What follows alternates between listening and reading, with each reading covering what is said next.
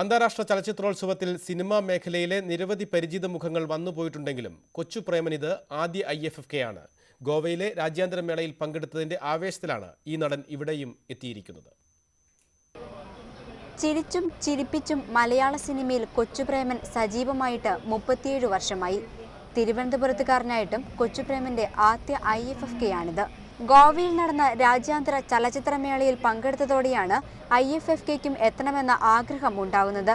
ഗോവ ചലച്ചിത്ര മേളയിൽ പങ്കെടുപ്പിച്ചിട്ട് പടം പ്രദർശിപ്പിച്ചതിന് ശേഷം ഇത്തവണ എന്ത് തടസ്സങ്ങളുണ്ടായാലും IFFKയുടെ ഫെസ്റ്റിവലിൽ പങ്കെടുക്കണമെന്നും കാലേകൂട്ടി പാസൊക്കെ കരസ്ഥമാക്കി. ഗോവയിലെ ചലച്ചിത്രമേളയിൽ ഇന്ത്യൻ പനോരമ വിഭാഗത്തിൽ കൊച്ചുപ്രേമൻ പ്രധാന കഥാപാത്രമായ രൂപാന്തരം എന്ന സിനിമ ഏറെ ശ്രദ്ധ നേടിയിരുന്നു. എന്നാൽ ഇത്തവണത്തെ IFFKയിൽ ഈ ചിത്രത്തെ ഉൾപ്പെടുത്താൻ കഴിഞ്ഞില്ല.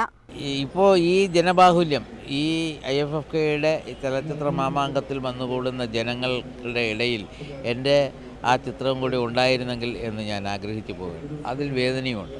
IFFK പോലുള്ള ഫിലിം ഫെസ്റ്റിവലുകളിൽ എത്തുന്ന ചിത്രങ്ങളെ സിനിമാ ആസ്വാദകർ ഇരുകൈയും നീട്ടി സ്വീകരിക്കുമ്പോൾ തിയേറ്ററുകളിൽ ആരും അവ കാണാൻ തയ്യാറാകുന്നില്ലെന്ന പരിഭവവും കൊച്ചുപ്രേമനുണ്ട്. ഒരു ഫെസ്റ്റിവലിന് പ്രദർശിപ്പിക്കത്തക്ക രീതിയിലുള്ള പടം എടുത്ത മലയാള ചിത്രങ്ങൾ ഒട്ടനവധിയുണ്ട്. സെലക്ട് ചെയ്തതും സെലക്ട് ചെയ്യാത്തതുമായ കണ്ടിരിക്കേണ്ടതായിട്ടുള്ള ഒത്തിരി പടങ്ങൾ നമുക്ക് ഉണ്ട്.